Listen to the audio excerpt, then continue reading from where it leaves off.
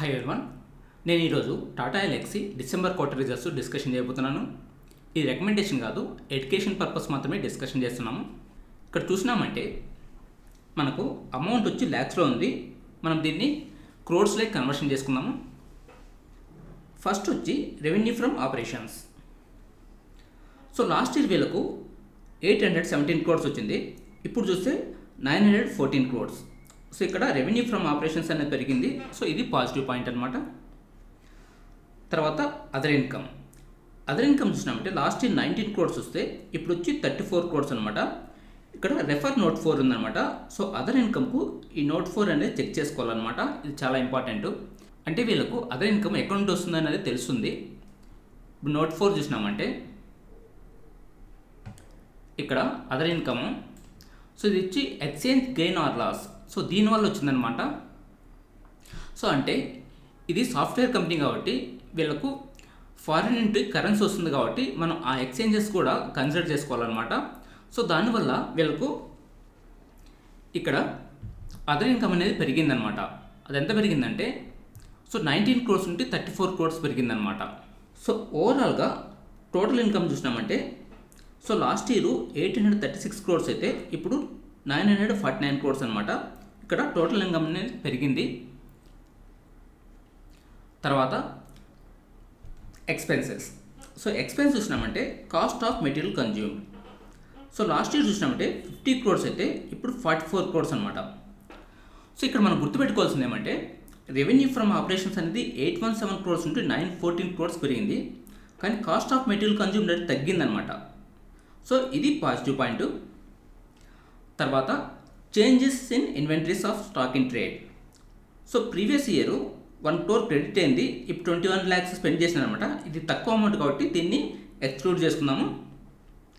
తర్వాత employee benefit expenses. ఇది చూసినామంటే last year వచ్చి 410 crores అయితే ఇప్పుడు 495 crores అనమాట. సో ఇక్కడ ఎంప్లాయీ బెనిఫిట్ ఎక్స్పెన్స్ అనేది పెరిగింది. సో ఇది పెరిగిందంటే మనం ఎందుకు పెరిగింది అనేది అర్థం చేసుకోవాలన్నమాట. సో ఇక్కడ ఎంప్లాయీస్ ఈ క్వార్టర్ పెరిగి ఉండొచ్చు. సో దానివల్ల శాలరీస్ కూడా పెరిగి ఉండొచ్చు అనమాట. అలాగే వీళ్ళు ఏమన్నా బోనస్ కానీ లేదంటే శాలరీ హైక్ చేసింటే అప్పుడే పెరిగే ఛాన్సెస్ ఉంటుంది అనమాట.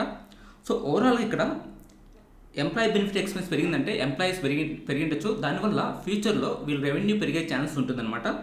ఇది పాజిటివ్ పాయింట్. తర్వాత finance cost. So finance cost చూసినామంటే లాస్ట్ ఇయర్ 4.4 crores అయితే ఇప్పుడు 5.5 crores అనమాట. ఇక్కడ ఓన్లీ 1 crore పెరిగిందంటే, అదిగాక 5 crores ఇంట్రెస్ట్ పే చేస్తున్నామంటే చాలా తక్కువ వీళ్ళకి అప్పులు ఉన్నాయన్నమాట. సో ఇది కూడా పాజిటివ్ పాయింట్. తర్వాత డిప్రిషియేషన్ చూసినామంటే లాస్ట్ ఇయర్ 21 crores ఇప్పుడు 25 crores అనమాట. సో దీన్ని ఇగ్నోర్ చేసుకోవచ్చు. తర్వాత other expenses previous year 111 crores ఇప్పుడు 103 crores అనమాట. సో ఇక్కడ కూడా తక్కువ డిఫరెన్స్ ఉంది కాబట్టి దీన్ని కూడా ఇగ్నోర్ చేసుకోవచ్చు. సో వీళ్ళకు ఓవరాల్గా ఎక్స్పెన్స్ అనేది తక్కువ ఉందన్నమాట. సో టోటల్ ఎక్స్పెన్స్ ఏమన్నాయంటే లాస్ట్ ఇయర్ 596 crores అయితే ఇప్పుడు 675 crores అనమాట. సో ఇక్కడ రెవెన్యూస్ పెరిగినాయి, దాంతోపాటు ఎక్స్పెన్స్ కూడా పెరిగినాయి అనమాట. సో ఇక్కడ ప్రాఫిట్ బిఫోర్ ట్యాక్స్ చూద్దాము. సో లాస్ట్ ఇయర్ 240 crores అయితే ఇప్పుడు 274 crores అనమాట. సో ఇక్కడ దగ్గర 34 crores పెరిగిందనమాట. తర్వాత tax expenses. So current tax చూసినామంటే లాస్ట్ ఇయర్ 47 crores పే చేస్తే ఇప్పుడు 72 crores అనమాట. సో ఇక్కడ కరెంట్ ట్యాక్స్ అనేది ఎక్కువ పెరిగింది. ఇక్కడ చూసినామంటే ప్రాఫిట్ బిఫోర్ ట్యాక్స్ అనేది పెరిగింది 34 crores. కానీ ఇక్కడ వీళ్ళకు కరెంట్ ట్యాక్స్ అనేది దగ్గర 47 crores నుండి 72 crores అంటే 24 crores పెరిగిందనమాట. సో ఇది ఎక్కువ పెరిగింది. దానివల్ల వీళ్ళకు ప్రాఫిట్స్ అనేది తగ్గే ఛాన్స్ ఉంటాయన్నమాట. అలాగే డిఫర్డ్ ట్యాక్స్ చూసినామంటే లాస్ట్ ఇయర్ 2.5 crores క్రెడిట్ అయింది, ఇప్పుడు 4.4 crores క్రెడిట్ అయిందనమాట.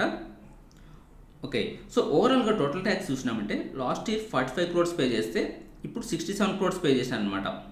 సో ఇక్కడ చూస్తే వీళ్ళకు ప్రాఫిట్ బిఫోర్ ట్యాక్స్ ఉండేది 34 crores అయితే ఇక్కడ టోటల్ ట్యాక్స్ అనేది దగ్గర 45 into 67 అంటే ఓకే 22 crores వరకు పే చేసినారు. సో ఇది ఇక్కడ దీనివల్ల ట్యాక్స్ వల్ల వీళ్ళకు ప్రాఫిట్స్ అనేది తగ్గింది. సో ఇక్కడ నెట్ ప్రాఫిట్ చూసినామంటే లాస్ట్ ఇయర్ 194 క్రోర్స్ అయితే ఇప్పుడు 206 క్రోర్స్ అనమాట. సో అంటే ఎంత పెరిగిందంటే వీళ్ళకు 12 క్రోర్స్ పెరిగిందనమాట. సో ఎందువల్ల అంటే ఇక్కడ కరెంట్ ట్యాక్స్ అనేది పెరిగింది. సో దానివల్ల ప్రాఫిట్ అనేది తగ్గిందనమాట. సో ఇక్కడ ఎర్నింగ్ పర్ షేర్ చూద్దాము. సో లాస్ట్ ఇయర్ చూస్తే 31 రూపీస్ 26 పైస్ అయితే ఇప్పుడు 33 రూపీస్ 15 పైస్ అనమాట. ఇక్కడ 2 rupees so earning per share పెరిగిందనమాట. ఇది పాజిటివ్ పాయింట్. ఇప్పుడు సెగ్మెంట్ రెవెన్యూస్ చూస్తాము. సో ఇక్కడ segment revenue software development and services.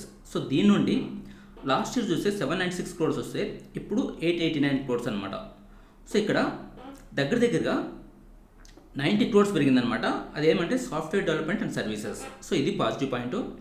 తర్వాత సిస్టమ్ ఇంటిగ్రేషన్ సపోర్ట్ సర్వీస్ చూసినామంటే సో లాస్ట్ ఇయర్ 21 క్రోర్స్ అయితే ఇప్పుడు వచ్చి 25 క్రోర్స్ అనమాట. సో ఇక్కడ ఓన్లీ 4 క్రోర్స్ పెరిగింది.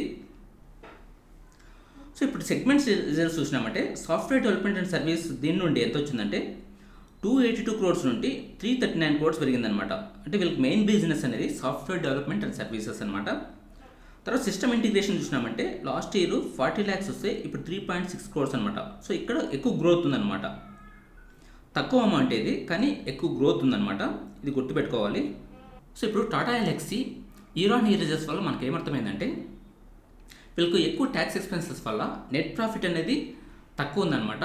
ఫ్లాట్గా ఉంది. అది ఎంత పెరిగిందంటే 194 క్రోర్స్ నుండి 206 క్రోర్స్ అనమాట. 12 క్రోర్స్ పెరిగిందనమాట. ఓకే, అలాగే క్వార్టర్ ఆన్ క్వార్టర్ చూస్తాము.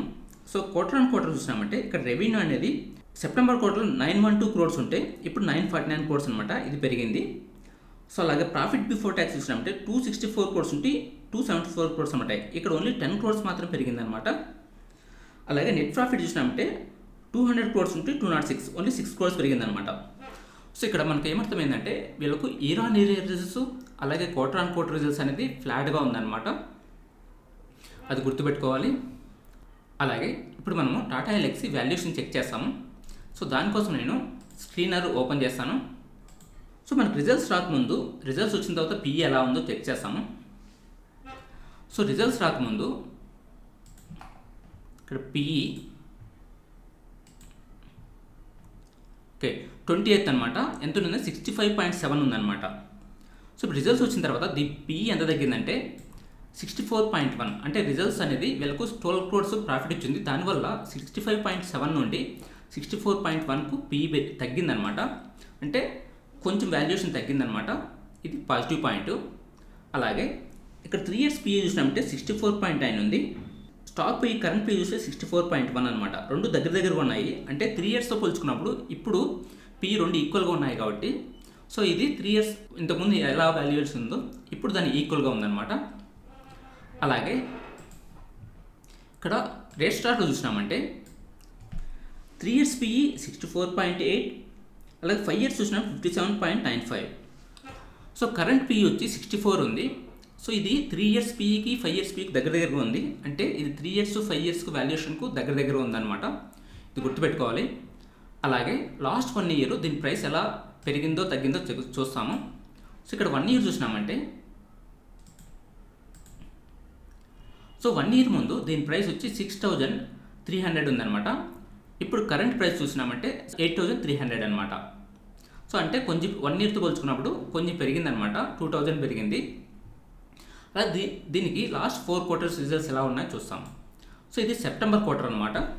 సో సెప్టెంబర్ క్వార్టర్లో 14.77, అలాగే జూన్ క్వార్టర్లో 2.2%, మార్చ్ క్వార్టర్లో 25.9%, డిసెంబర్ క్వార్టర్లో 28.97% అనమాట.